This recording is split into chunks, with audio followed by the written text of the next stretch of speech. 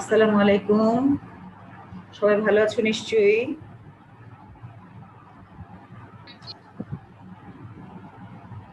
আমরা আজকে আরম্ভ করব chapter 5 basic traversal and search technique. আমরা চ্যাপ্টার 5 প্রথমে দেখব, তারপর আমরা চ্যাপ্টার 6টা মেইনলি দেখব। Chapter 5 basic traversal and search technique খুব ছোট্ট একটা চ্যাপ্টার, খুব অল্প কিছু টপিকস আছে যার মধ্যে বেশি সবগুলো টপিকসই তোমরা ডাটা স্ট্রাকচারে পড়ে আসছো। খুব ইজি ছোট্ট একটা ছোট্ট চ্যাপ্টার, অল্প কিছু কন্টেন্ট। তাহলে basic traversal and search technique chapter 5 আমরা আজকে আরম্ভ করব। লাস্ট ক্লাসে আমরা চ্যাপ্টার 4 কমপ্লিট করেছি, ডায়নামিক প্রোগ্রামিং। আমরা আজকে মেইনলি ব্যাকট্র্যাকিং দেখার কথা, তো ব্যাকট্র্যাকিং এর আগে চ্যাপ্টার 5টা আমরা একটু আগে দেখে আসি। আচ্ছা, তাহলে চ্যাপ্টার 5 এ বেসিক সার্চিং এন্ড ট্রাভার্সেল টেকনিকে আমরা যে কন্টেন্টগুলো আছে তা হচ্ছে ট্রাভার্সিং এর জন্য বাইনারি ট্রি। ট্রাভার্সিং এর তিনটা পদ্ধতি আছে। Technique for binary tree, pre order, in order, post order. এবং গ্রাফসের জন্য টেকনিক ফর গ্রাফ সার্চিং এর জন্য depth first search, breadth first search. ঠিক আছে, এখানে pre order, in order, post order যে ট্রাভার্সেল আছে, তোমরা এটা খুব ভালোভাবে করেছো ডাটা স্ট্রাকচারে। আমি আশা করি এখানে তেমন কোনো সমস্যা তোমাদের থাকার কথা না। এবং depth first search, breadth first সার্চও তোমাদের গ্রাফে, ডাটা স্ট্রাকচারে গ্রাফে করার কথা, আবার ডিসক্রিট ম্যাথও করার কথা। আমরা তাহলে এখানে এই কারণে এগুলো খুব বেশি দেখবো না, আমি অল্প একটা এক্সাম্পল শুধু দেখাবো, আর বাকিটা নিজেরা পড়ে নিতে হবে। ঠিক আছে, আচ্ছা প্রথমেই আসি আমরা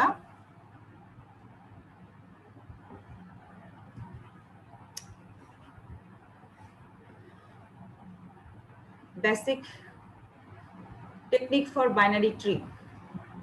বাইনারি ট্রি ট্রাভার্সেলের তিনটা টেকনিক আছে, তোমরা খুব ভালোভাবে জানো।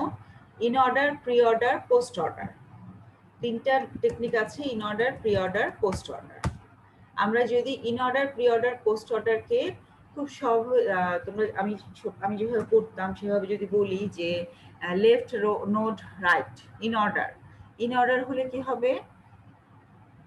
ইন অর্ডারে আমাদের যা আসবে তা হচ্ছে visit the root, traverse the left, root এবং রাইট। তাহলে ইন অর্ডার মাঝখানে যদি হয় তাহলে লেফট, নোড, রাইট, আমরা এইভাবে বলতে পারি। অর্থাৎ লেফট আছে, রাইট আছে, মাঝখানে হবে রুট নোডটা। আর প্রি অর্ডার যদি হয় তাহলে প্রথমে হচ্ছে রুট, তারপর লেফট, রাইট। যদি পোস্ট অর্ডার হয় তাহলে ট্রাভার্সিং করতে হলে পোস্ট অর্ডার, লেফট, রাইট এবং নোড। দ্যাট মিন্স খুব সংক্ষেপে আমরা এই যে তিনটা কথা লেখা আছে দেখো, ট্রাভার্সেল টেকনিকগুলো pre order, visit the root, traverse left subtree, traverse right subtree. এখানে তাহলে প্রি অর্ডার কি হবে? Visit the root, left subtree, right subtree. In অর্ডারে লেফট, রুট হচ্ছে মাঝখানে, রাইট হচ্ছে পেছনে। Post order left, right, node, এগুলো তোমরা জানো। আচ্ছা, এখানে যদি আমাদেরকে পোস্ট অর্ডার, ইন অর্ডার এবং প্রি অর্ডারে যেমন একটা ট্রি যদি এভাবে দেয়া থাকে, তার প্রি অর্ডার বের করতে হয়। তোমরা দেখেছো প্রি অর্ডার হলে কি হবে? প্রি অর্ডার হচ্ছে প্রথমে রুট, দ্যাট মিন্স 1 প্রথমে আসবে, তারপর হচ্ছে লেফট সাবট্রি, লেফট সাবট্রিরও আবারও সে একই কথা, প্রথমে রুট 3, তার লেফট সাবট্রি 5, তার লেফট সাবট্রি 4, তাহলে 1 3 5 4, তারপর হচ্ছে আমার 6। দেখো 1 3 5 4 6। এবং রাইট সাবট্রি যখন যাচ্ছি সে একই কথা, প্রথমে রুট 7, তারপর লেফট 8, আবার রাইটে যখন যাচ্ছি এখানে আছে 9, তারপর আছে 10 11 12। এই হচ্ছে আমাদের এখানে যে ট্রিটা দেখতে পাচ্ছি 1 নাম্বার ফিগারে, তার প্রি অর্ডার টেকনিক অ্যাপ্লাই করলে যে সার্চিং এর লিস্ট আসবে সেই লিস্ট হচ্ছে এটা। ঠিক একইভাবে ইন অর্ডারের লিস্ট বের করা যায়, পোস্ট অর্ডারের লিস্ট বের করা যায়। তোমরা এছাড়াও ডাটা স্ট্রাকচারে আরেকটা অংশ দেখেছিলে যে প্রি অর্ডার, ইন অর্ডার দিলে তার পোস্ট অর্ডার কি হবে, বা যে কোনো দুটো সিকোয়েন্স দেয়া থাকলে সেটা বের করতে হতে পারে যে কিভাবে ট্রিটা কি হবে। অথবা আমরা যদি এরকম একটা ট্রি দেওয়া থাকে তার pre order, in order, post order, এগুলো তোমরা গ্রাফিক ডাটা স্ট্রাকচারে করেছো, এগুলো অবশ্যই এখানে লাগবে না, এখানে করতে হবে না, এখানে শুধুমাত্র টেকনিকটার প্রয়োজন। এখানে তোমরা যেটা দেখবে তা হচ্ছে এই অ্যালগোরিদম দিকটা। ওকে, তাহলে ইন অর্ডারের অ্যালগোরিদম কি? মাত্র যেটা দেখিয়েছি, ইন অর্ডার মানে রুট মাঝখানে থাকবে, দেখো রুট লেফট রাইট, তাহলে left root right. Pre order হলে প্রথমে রুট, তারপর লেফট, তারপর আসবে রাইট। তাহলে এটাই হচ্ছে in order. Pre order, post order অর্থাৎ আমাদের যে স্ট্র্যাটেজি ছিল, ক্যারেক্টারিস্টিক্সটা ছিল, তাকেই জাস্ট খুব সিম্পলি একটা অ্যালগোরিদম আকারে লেখা হয়েছে যে যতক্ষণ পর্যন্ত ট্রিটা আমাদের নাল না হচ্ছে ততক্ষণ পর্যন্ত আমরা যে কাজটা করব তা হচ্ছে লেফট নোড রাইট ইন অর্ডারের ক্ষেত্রে, প্রি অর্ডারের ক্ষেত্রে নোড লেফট রাইট, এবং পোস্ট অর্ডারের ক্ষেত্রে লেফট রাইট নোড। তাহলে এই তিনটা অ্যালগোরিদম করবে, ঠিক আছে।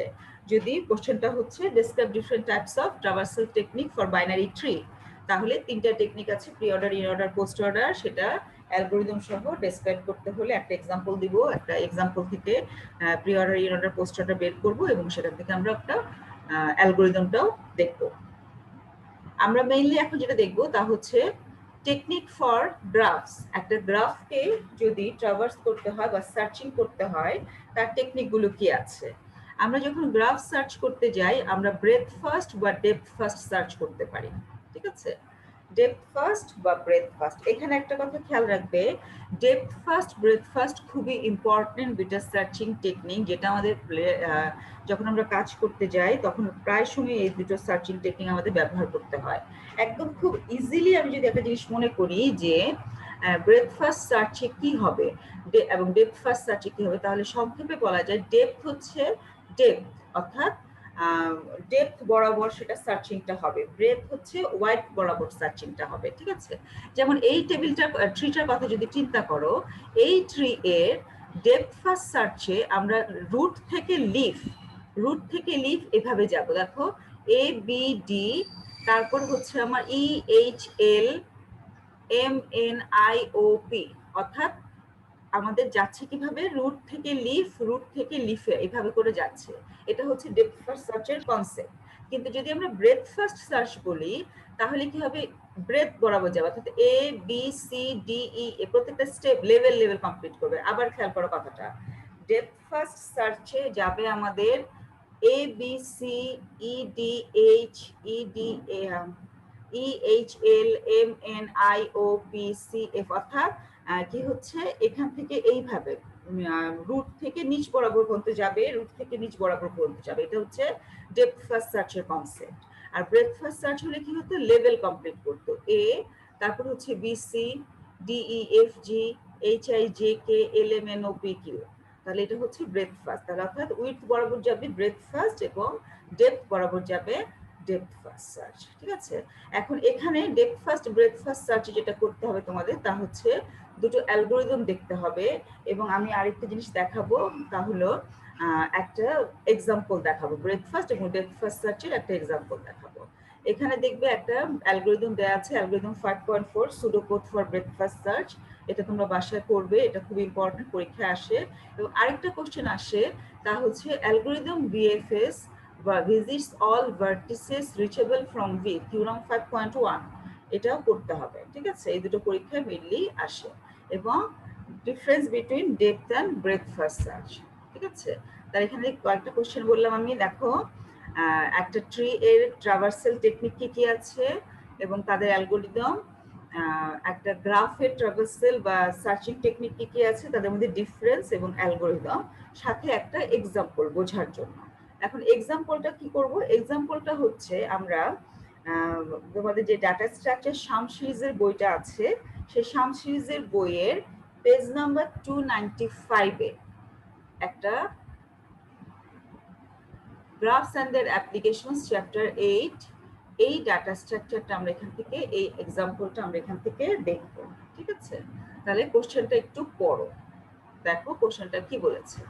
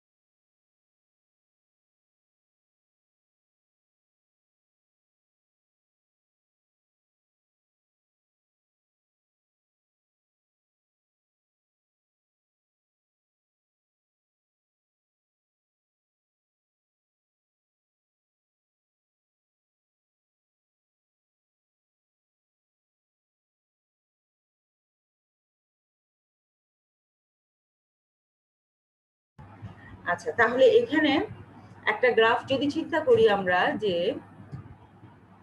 কনসিডার এ গ্রাফ জি, এটা হচ্ছে, এটা কি বলেছি আমি, ডাটা স্ট্রাকচারে পেজ নাম্বার 295 এটা আছে। এখানে কি করতে হবে আমাদের, কোশ্চেনটা কি বলেছে যে adjacency list of the node, suppose G represents the daily flight between some cities of some airline, and suppose we want to fly from city A to J with the minimum number of stops.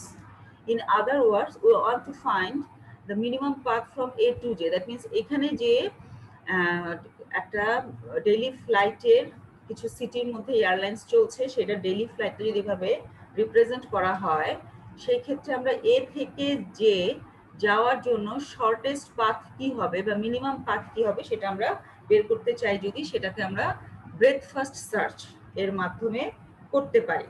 Breadth first সার্চও করতে পারি, breadth first সার্চও করতে পারি। আমরা প্রথমে দেখব breadth first সার্চে কিভাবে করতে হয়, ঠিক আছে? তাহলে কি হতে পারে, এই ধরনের গ্রাফটা দেয়া থাকতে পারে অথবা তার অ্যাডজাসেন্সি লিস্ট দেয়া থাকতে পারে, যে কোনো একটা দেয়া থাকলেই হবে, আমরা সেটা থেকে বের করে ফেলতে পারি।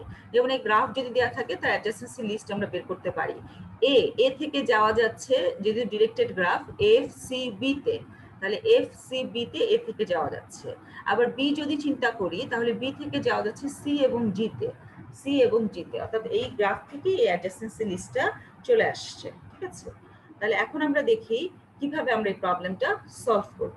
দেখো, প্রথমে কথা হচ্ছে আমাদের ব্রেথ ফার্স্ট সার্চের জন্য আমরা একটা কিউ ব্যবহার করব এবং ডেপথ ফার্স্ট সার্চের জন্য আমরা স্ট্যাক ব্যবহার করব।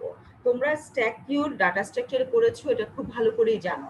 স্ট্যাক হচ্ছে ফার্স্ট ইন লাস্ট আউট বা লাস্ট ইন ফার্স্ট আউট, এবং কিউ হচ্ছে ফার্স্ট ইন ফার্স্ট আউট।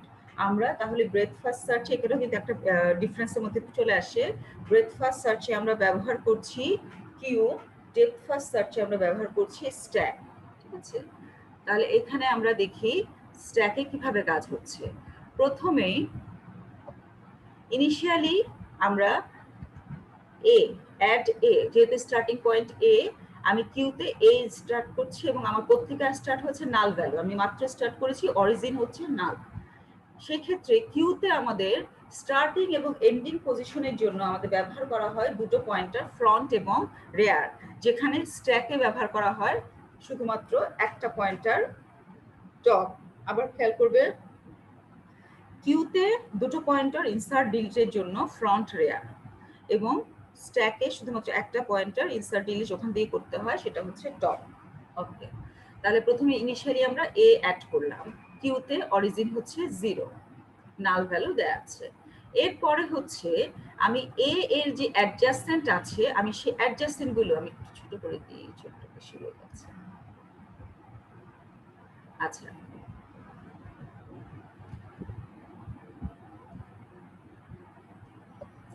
এর অ্যাডজাসেন্ট কি আছে, এফসিবি।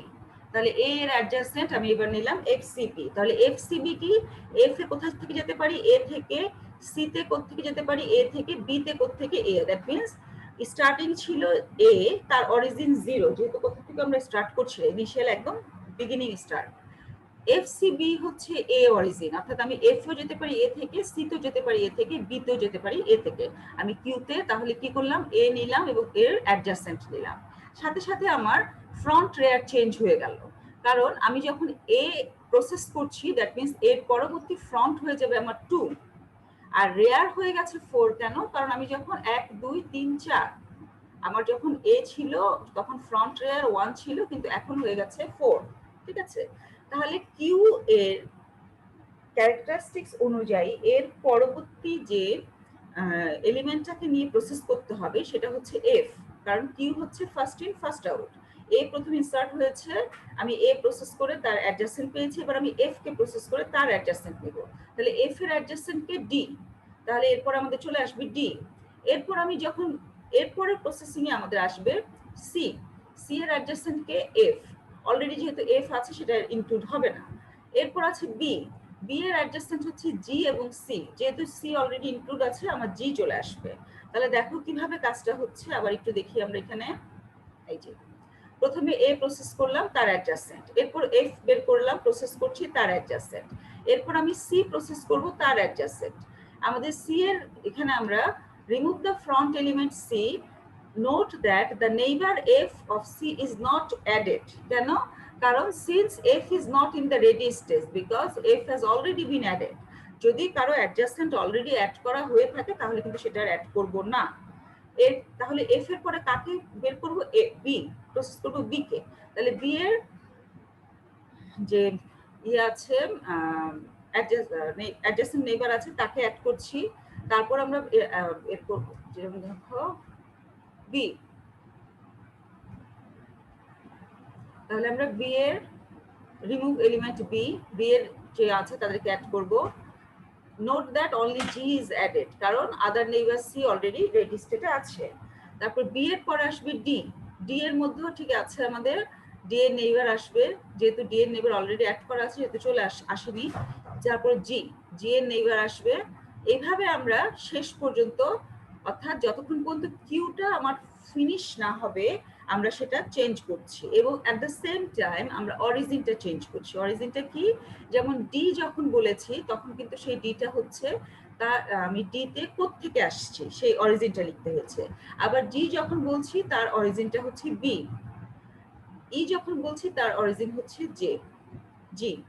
তাহলে এইভাবে আমরা ফ্রন্টে যতক্ষণ পর্যন্ত আমাদের এলিমেন্ট কমপ্লিট না হবে ততক্ষণ পর্যন্ত আমরা we stop as soon as J is added. কিন্তু আমাদের মেইনলি উদ্দেশ্য হচ্ছে জেতে কিভাবে যেতে পারি। তাহলে জে যেহেতু চলে আসছে আমরা স্টপ করে দিব, এবং এবার আমরা ব্যাকট্র্যাক করে ফাইনাল ডিসিশনে যাব। কি ডিসিশন? দেখো, আমি চাকার এ থেকে জেতে কিভাবে যেতে পারি। তাহলে জেতে কিভাবে আসছি? ই থেকে। এবার ইতে আসি, ইতে কিভাবে আসছি? জি থেকে। এবার জিতে আসি, জিতে কোত্থেকে আসছি? বি থেকে। এবার বিতে আসি, বিতে আসছি এ থেকে। তাহলে J E G B A, দেখো J E G B A, এটা হচ্ছে ব্যাকট্র্যাক করে আমরা পেয়ে গেলাম যে এ থেকে যেতে যাওয়ার জন্য মিনিমাম পাথ হচ্ছে এটা। ক্লিয়ার? তাহলে আবার একটু খেয়াল করো কিভাবে করেছি কাজটা। প্রথম কথা হচ্ছে এই ধরনের একটা গ্রাফ যদি দেয়া থাকে আমরা ডেপথ ফার্স্ট, ব্রেথ ফার্স্ট, এটা ডেপথ না ব্রেথ, ব্রেথ ফার্স্ট সার্চ ব্যবহার করে আমরা যে কোনো একটা মিনিমাম পাথ বের করতে পারি। সেক্ষেত্রে আমাদের অ্যাডজাসেন্সি লিস্ট বের করতে হবে এবং আমরা কিউ ব্যবহার করব। কিউ ব্যবহার করে আমরা এভাবে কাজটা কমপ্লিট করব। ঠিক আছে? অর্থাৎ কিউতে আমরা ভ্যালুগুলো নিচ্ছি, অ্যাট দ্য সেম টাইম আমাদের চেঞ্জ হয়ে যাচ্ছে ফ্রন্ট, রেয়ার এবং অরিজিন। যখনই আমি, যেমন এখানে আমি যখন ডি নিয়েছি, এফ নিয়েছি, ডি নিয়েছি, তখন আমার এফ এর অ্যাডজাসেন্ট ছিল ডি, ডি নিয়েছি, তার সাথে তার অরিজিন কিন্তু আমার এফ হয়েছে। এটা কিন্তু আর এ থাকবে না, কারণ আমি ডিটা পেয়েছি এফ এর মাধ্যমে। এবং এভাবে যখন আমরা শেষ পর্যন্ত যাচ্ছি, তারপর আমরা যতক্ষণ পর্যন্ত আমার ফাইনাল ডেস্টিনেশন যে না ইনক্লুড হচ্ছে আমরা কাজটা কমপ্লিট করে যাচ্ছি, এবং যে ইনক্লুড হওয়ার সাথে সাথে আমরা ব্যাকট্র্যাক করে চলে আসছি বাকি অংশে। ঠিক আছে? তাহলে আমরা যদি আবার একটু দেখি, দেখো অ্যালগরিদমটা যদি একটু দেখি, এই যে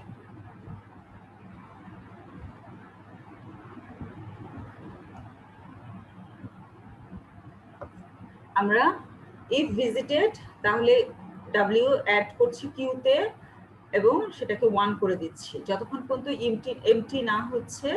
এবং আমরা যখনই একটা প্রসেস করে ফেলছি তাকে আমরা এক্সপ্লোর করা হয়ে যাচ্ছে, তখন আমরা সেই কিউ নোটটাকে কিউ থেকে ডিলিট করে দিচ্ছি। কিউ হচ্ছে আমার, কিউ বোঝাচ্ছে ভিজিট হলে 1 হয়ে যাচ্ছে এবং Q is a আনএক্সপ্লোরড vertices.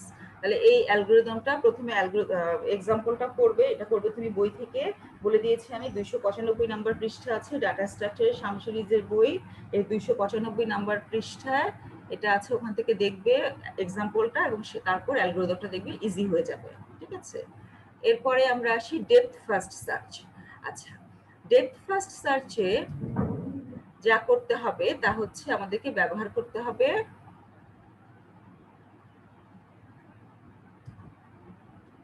Depth first সার্চে আমরা ব্যবহার করব কিউ জায়গায় স্ট্যাক। অর্থাৎ আগে যে এক্সাম্পলটা দেওয়া ছিল সেই এক্সাম্পলটাই, যদি আমাদেরকে all nodes reachable from the node J including J itself One way to do this is to use depth first search of G starting at the node J. অর্থাৎ যদি সবগুলো নোড বের করতে হয় যে থেকে আমাদের আগে ব্রেথ ফার্স্ট যে এক্সাম্পলটা বলেছি সেটা ছিল এ থেকে জে তে যাওয়ার মিনিমাম পাথ কি, আর এখন আমি যেটা দেখছি সেটা হচ্ছে জে থেকে যে কোনো সবগুলো নোড রেস্ট অফ দ্য নোডে যাওয়ার জন্য পাথ কি হবে।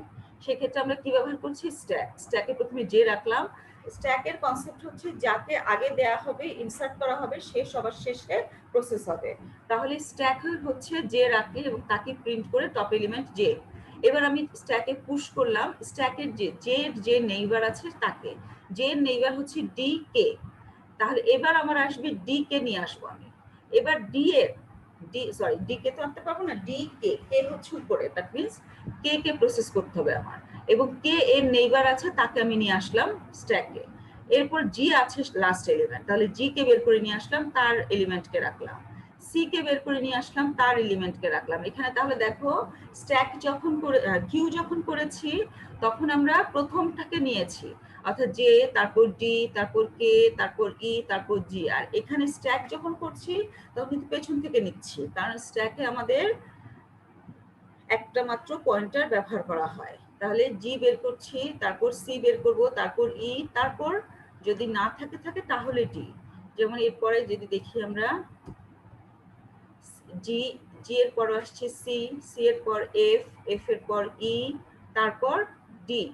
তাহলে এইভাবে লাস্ট পর্যন্ত আসলো, এবং যতক্ষণ পর্যন্ত স্ট্যাক আমাদের খালি না হচ্ছে এবং আমরা যেখান থেকে পাচ্ছি the stack is now empty, so the depth first search হচ্ছে J K G C F E D. এটা কিভাবে আসছে, এই সিকোয়েন্সটা আসছে আমরা স্ট্যাক থেকে যেভাবে ভ্যালুগুলো বের করেছি সেভাবে। দেখো J K G C F E D, অর্থাৎ যে ভ্যালুগুলো পপ করেছি এবং প্রিন্ট করেছি সেই ভ্যালুগুলোই হচ্ছে আমাদের ডেপথ ফার্স্ট সার্চের জন্য যে নোডে যাওয়া যাবে সেই নোডগুলো অ্যান্সার। হ্যাঁ, তাহলে দুটো এক্সাম্পল আমরা দেখলাম। আমি দুটো এক্সাম্পলই খুব সহজ, আমার কাছে সহজ মনে হয়েছে। ডাটা স্ট্রাকচারের বই থেকে দেখেছি, কারণ সহজ ভাবে লেখা আছে এখানে। At the same time data স্ট্রাকচারের বইতে তোমরা অ্যালগোরিদম দুটোই পাবে। দুটো অ্যালগোরিদম ওখান থেকে দেখে একটু ক্লিয়ার করে নিবে কনসেপ্টটা, কিন্তু লিখতে চেষ্টা করবে আমাদের বইতে যেভাবে আছে সেভাবে লিখতে পারলে ভালো হয়। যদিও আসলে অ্যালগোরিদমের কোনো বাধ্যবাধকতা নেই, অ্যালগোরিদমের রুলস ফলো করলে যে কোনো জায়গা থেকে লিখলেই সেটা হয়ে যায়। তারপরেও আমরা চেষ্টা করি আমাদের যে টেক্সট বই বা বই থাকে, রেফারেন্স বই থাকে, সেখান থেকে লেখার জন্য। কারণ অনেক সময় দেখা যায় যে তোমার অ্যালগোরিদম হয়তো ঠিক আছে, কিন্তু তুমি অন্যভাবে লিখছো বা কমপ্লেক্স করে লিখছো, বা তুমি খুব ইজি করে সহজভাবে সেটা বোঝানোর চেষ্টা করছো। আমি হয়তো অ্যাজ আ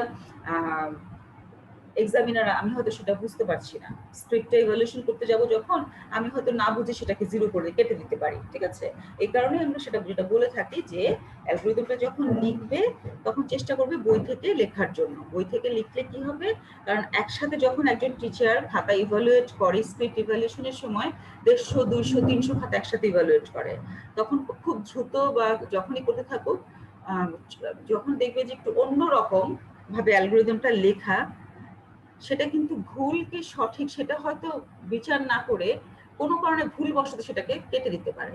সো আমরা যেটা বলতে চাচ্ছি যে বইতে যেভাবে লেখা আছে অ্যালগোরিদম গুলো চেষ্টা করবে সেভাবে লেখার জন্য। তুমি সেভাবে না লিখলে যে তোমার অ্যালগোরিদম হবে না সেটা কিন্তু না, অ্যালগোরিদম হবে, কাজও করবে, সেটাও ঠিক আছে। হয়তো সেটা ইজি হচ্ছে বা একটু জটিল লিখছো কিন্তু তোমার কাছে ইজি মনে হচ্ছে, সেটাও ঠিক আছে। যদি একদমই না পারো তাহলে সেভাবে লিখবে, কিন্তু চেষ্টা করবে বই মতো করে লিখতে, তাহলে সেটা এক্সামিনের জন্য সহজ হয় এবং এখানে ভুল বোঝাবুঝির কোনো অবকাশ থাকে না। কারণ অনেকগুলো খাতা যখন ইভ্যালুয়েট করতে হয়, যখন মাঝখান থেকে একটা দেখা যায় যে অন্যরকম ভাবে লিখেছে, তখন হয়তো হতে পারে ভুলবশত সেটাকে রং অ্যান্সার মনে হতে পারে। ঠিক আছে, তাহলে আমরা কি কি দেখলাম দেখো আবার। আমরা এখানে যা দেখলাম তা হচ্ছে অ্যালগোরিদম বিএফএস এবং ডিএফএস এর অ্যালগোরিদম আছে। ডিএফএস এর অ্যালগোরিদমটাও এখানে আমি কিছুক্ষণ আগে বলেছি।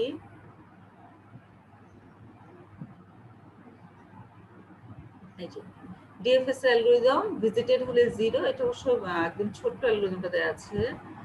ডিএফএস ভিজিটেড হলে 0 হবে, আদারওয়াইজ ডিএফএস পরবর্তী যে নোটটা আছে সেটাকে প্রসেস করতে হবে। এখানে কিছু অ্যাপ্লিকেশনস দেওয়া আছে, ডিএফএস এর অ্যাপ্লিকেশনস দেওয়া আছে, এটা দেখবেন। বিএফএস এবং ডিএফএস এর পার্থক্য দেখবে। অ্যাট দ্য সেম টাইম তোমরা ডিসক্রিট ম্যাথে পড়েছো, অ্যালগরিদম অ্যাপ্লিকেশনস অফ বিএফএস ও দেওয়া আছে।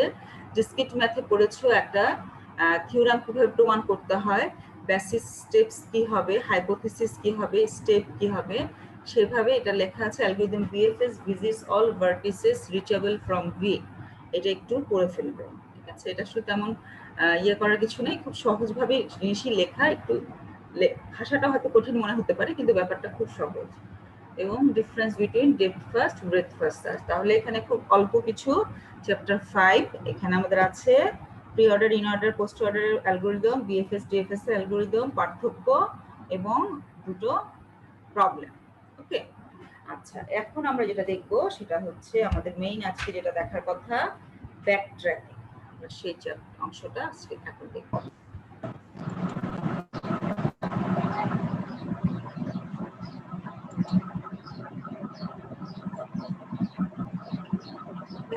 কিছু বলছো?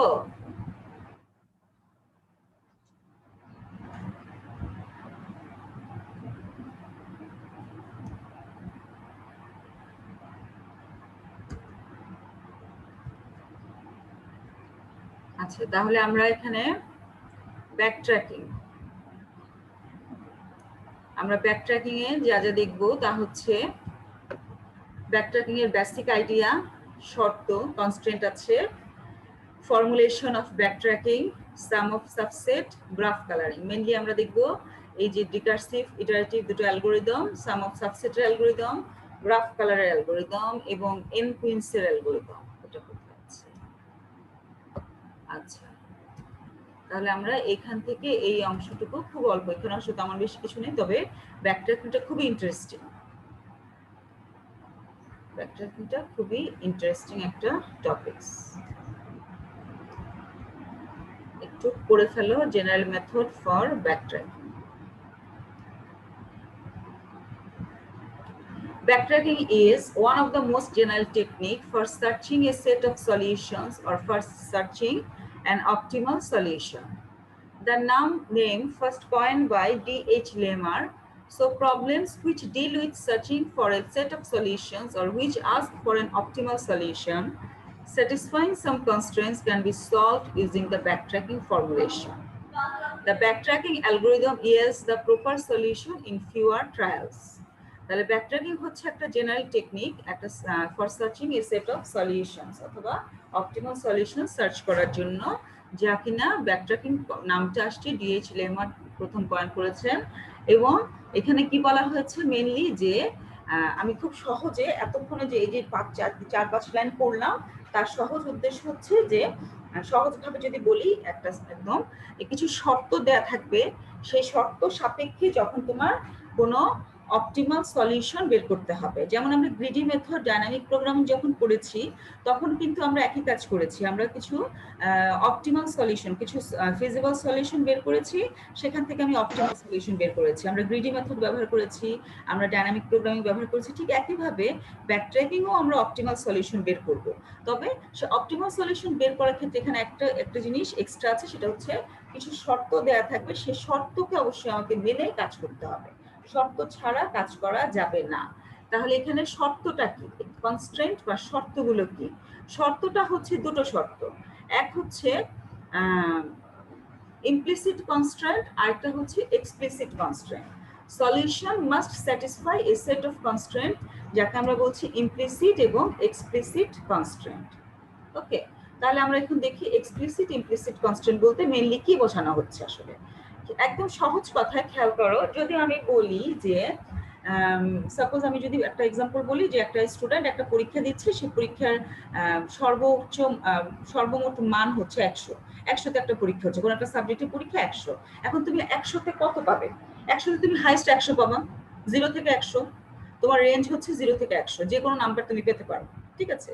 যদিও আমরা অনেক সময় করি যেটা, সেটা হচ্ছে যে পরীক্ষায় মাইনাস দেই, নেগেটিভ মার্কিং করি, কিন্তু সেটা যদি না চিন্তা করি আর কি, তাহলে তুমি কোনো একটা পরীক্ষা যখন দিচ্ছ কোনো একটা সাবজেক্টের, তুমি সর্বোচ্চ মান পেতে পারো 100, সর্বনিম্ন হচ্ছে 0, আর এভারেজ হচ্ছে ইন বিটুইন 0 to 100। এটা হচ্ছে আমার এক্সপ্লিসিট কনস্ট্রেন্ট। দ্যাট মিনস তুমি যে ভ্যালুটা পাবা সেই ভ্যালুটা কি হবে 0 থেকে বেশি কিন্তু 100 থেকে কম। ওকে। আর ইমপ্লিসিট কনস্ট্রেন্ট হচ্ছে which of the tuple satisfy the criteria function. অর্থাৎ যদি তোমাকে বলা থাকে যে তুমি একটা রেঞ্জ দেয়া থাকে, সেটা হচ্ছে তোমার এক্সপ্লিসিট কনস্ট্রেন্ট।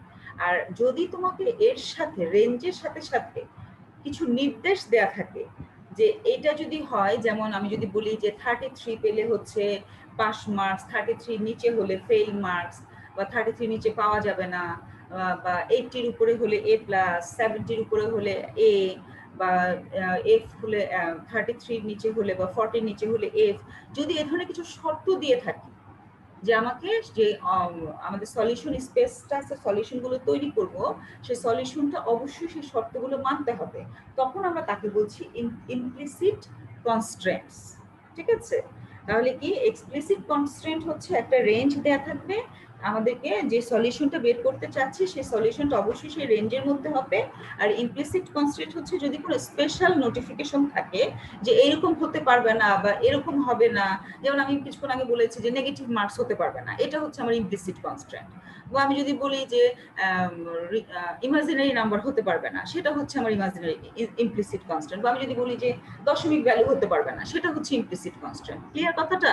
যে একটা পরীক্ষা তুমি দিচ্ছ, পরীক্ষা কত মার্কস পাবা, সে মার্কসটা তুমি পেতে পারো, রেঞ্জ দিয়ে দিতে পারো, সেটা হচ্ছে এক্সপ্লিসিট। আর বলতে পারি তুমি নেগেটিভ মার্কস পেতে, মার্কসটা নেগেটিভ হতে পারবে না, মার্কসটা তোমার ফ্র্যাকশন ভ্যালু হতে পারবে না, সেটা হচ্ছে ইমপ্লিসিট। ওকে। তাহলে যদি আমরা বলি যে একটা ভ্যালু আছে এক্স, আমাদের এক্স হচ্ছে আমাদের একটা সলিউশন, সেই সলিউশনটা কি হবে অল নন নেগেটিভ, অবশ্যই 0 থেকে বেশি হবে, অথবা 0, 1 হবে, অথবা যে কোনো একটা রেঞ্জের মধ্যে হবে। এগুলো হচ্ছে বিভিন্ন এক্সাম্পল এক্সপ্লিসিট কনস্ট্রেন্টের। যে ভ্যালুটা 0 থেকে বেশি হতে পারে, এটা একটা শর্ত দিয়ে দিতে পারি, অথবা বলতে পারি যে ভ্যালুটা শুধু 0, 1 হবে, অথবা বলতে পারি ভ্যালুটা লোয়ার থেকে আপার যে কোনো দুটো সংখ্যার মাঝখানে যে কোনো একটা ভ্যালু হবে। তাহলে এগুলো কিছু এক্সপ্লিসিট কনস্ট্রেন্টের সলিউশন। এবং এই শর্তগুলোকে যারা স্যাটিসফাই করবে, যদি একাধিক সলিউশনও হয়, সেটা হচ্ছে আমাদের সলিউশন স্পেস ফর আই, অর্থাৎ প্রবলেম ইনস্ট্যান্সের জন্য একটা সলিউশন স্পেস। আর ইমপ্লিসিট হচ্ছে কি? ইমপ্লিসিট হচ্ছে আমাদের যখন আমরা সেখান থেকে implicit constant describe the way in which xi must relate to each other। ঠিক আছে? তাহলে আমরা আজকে এইটুকুই দেখব। না, আমাদের আসলে সময় আছে, আমরা একটু দেখি। আমরা একটা ইমপ্লিসিট এবং এক্সপ্লিসিট কনস্ট্রেন্টের একটা ব্যাকট্র্যাকিং এর এক্সাম অ্যাপ্লিকেশনস দেখব। সে অ্যাপ্লিকেশনসটা হচ্ছে এন কুইন্স প্রবলেম এবং sum of subset problem, graph colouring problem. তিনটা প্রবলেম আমরা দেখব, N queens, sum of subset এবং গ্রাফ কালারিং। ঠিক আছে? আচ্ছা, তাহলে প্রথমে একটুখানি দেখে আসি আমরা এন কুইন্স বলতে কি বোঝানো হচ্ছে। আমরা চেস বোর্ডের কথা জানি। চেস বোর্ডে যে প্রত্যেকটা আইটেমকে যখন আমরা প্লেস করি তার একটা নির্দিষ্ট নিয়ম আছে। যারা যখন মুভমেন্ট, সৈন্যকে, সোলজারকে মুভ করো, তুমি কিংকে মুভ করো, বা হাতি ঘোড়া যেগুলো আছে মুভ করাতে যাও, তার একটা নির্দিষ্ট নিয়ম আছে। তাহলে আমরা যদি বলি যে একটা কুইন্স প্রবলেম আছে, সেই কুইন্স প্রবলেমটা কি? কুইন্স প্রবলেম, 8 কুইন্স প্রবলেম যদি বলি, এই ধরনের একটা চেস বোর্ডের কথা যদি চিন্তা করা হয়, সেই চেস বোর্ডে আমাকে 8টা কুইন প্লেস করতে হবে। সাপোজ সে 8টা কুইন প্লেস করতে হলে কি করতে হবে, যে 8টা কুইন 8টা বিভিন্ন রোতে থাকবে, বিভিন্ন কলামে থাকবে। তাহলে এই 8টা টাপলের মধ্যে 8 ক্রস 8 64টা ঘর হচ্ছে তার রেঞ্জ। এটা হচ্ছে আমার এক্সপ্লিসিট কনস্ট্রেন্ট। আর ইমপ্লিসিট কনস্ট্রেন্ট হচ্ছে একই রো বরাবর দুটো কুইন থাকতে পারবে না, একই কলাম বরাবর দুটো কুইন থাকতে পারবে না, একই ডায়াগোনাল বরাবর দুটো কুইন থাকতে পারবে না। এই তিনটা হচ্ছে আমার ইমপ্লিসিট কনস্ট্রেন্ট। ঠিক আছে? আমি যদি একটা এক্সাম্পল দেখি, দেখো এইটা। সাপোজ এক্সাম্পল অফ ব্যাকট্র্যাকিং, এই যে এখানে 4 কুইন্স প্রবলেম যদি বলি, যে আমার এক্সপ্লিসিট কনস্ট্রেন্ট হচ্ছে 16টা ঘর আছে, তাহলে 16টা ঘরের মধ্যে 4টা কুইনকে আমার প্লেস করতে হবে। এবং ইমপ্লিসিট কনস্ট্রেন্ট শর্ত দিয়ে দিচ্ছি যে একই রো বরাবর, একই কলাম বরাবর এবং একই ডায়াগোনাল বরাবর কোনো কুইন থাকতে পারবে না। তাহলে সেইভাবে যখন আমরা চারটা কুইনকে প্লেস করাতে পারি, এই কনসেপ্টটাই হচ্ছে ব্যাকট্র্যাকিং দিয়ে সলিউশন করা সম্ভব। তাহলে আমরা এখানে কি দেখলাম যে একটা হচ্ছে এন কুইন্স প্রবলেম, যেখানে ব্যাকট্র্যাকিং এর মাধ্যমে সলিউশন করা সম্ভব। আরেকটা প্রবলেম হচ্ছে sum of subset problem. Sum of subset প্রবলেমটা কি, যে কিছু সংখ্যা দেয়া আছে, সেই সংখ্যাগুলো থেকে আমার কয়েকটা সংখ্যা নিব যা কিনা নির্দিষ্ট একটা ওয়েটের সমান হবে। তাহলে এই ওয়েটের সমান হবে, এটা হচ্ছে ইমপ্লিসিট কনস্ট্যান্ট। এই রেঞ্জের থেকে সংখ্যা নিতে হবে, এটা হচ্ছে এক্সপ্লিসিট। যেমন আমি যদি 11, 13, 24, 7 এই চারটা সেট একটা সেট দেই, সেখান থেকে আমি একটা সাবসেট নেই, যেমন 11, 13, 7 এই তিনটার যোগফল হচ্ছে 31, অথবা 24 আর 7 এই দুইটার যোগফল হচ্ছে 31। তাহলে এই প্রবলেমটার ইমপ্লিসিট এক্সপ্লিসিট কনস্ট্যান্ট কি, যে আমার এই চারটা ভ্যালু থেকে যে কোনো একটা ভ্যালু নিতে হবে, যে কোনো একাধিক ভ্যালু নিতে পারি। আর ইমপ্লিসিট কি, যে অবশ্যই তার দুটো ভ্যালুর যোগফল 31 এর বেশি হবে না। তাহলে এটা হচ্ছে আমার সাম অফ সাবসেট প্রবলেম। ঠিক আছে, তাহলে আমি দুটো প্রবলেমের কথা বললাম, একটা হচ্ছে কুইন্স প্রবলেম, আর একটা হচ্ছে সাবসেট প্রবলেম। এখন সাম অফ সাবসেট প্রবলেমটা আমরা ফিক্সড সাইজের জন্য করতে পারি, ভ্যারিয়েবল সাইজের জন্য করতে পারি, সেটা আমরা নেক্সট ক্লাসে দেখবো। আজকে আমরা এইটুকুই দেখলাম। কোনো কোশ্চেন আছে? No ma'am. আচ্ছা, তাহলে কিন্তু খেয়াল করবে চ্যাপ্টার 5 কিন্তু কমপ্লিট করে আমি চ্যাপ্টার 6 এ চলে আসছি। বলতে পারো যে একটা ক্লাসে দুটো চ্যাপ্টার হয়ে যাচ্ছে, কারণ চ্যাপ্টার 5 এ যা পড়া সেগুলো সব আগে পড়ে আসছো। জাস্ট 1-2 ঘন্টা সময় দিলে চ্যাপ্টার 5 কমপ্লিট হয়ে যাবে। আর চ্যাপ্টার 6 টা আমরা অল্প একটু খালি দেখলাম, যে ব্যাকট্র্যাকিং এর ডেফিনেশন, অ্যাপ্লিকেশনস এবং দুটো অ্যাপ্লিকেশনস, আর হলো ইমপ্লিসিট এক্সপ্লিসিট কনস্ট্যান্টের ডেফিনেশন। ওকে, তাহলে নেক্সট ক্লাসে দেখা হবে। আল্লাহ হাফেজ।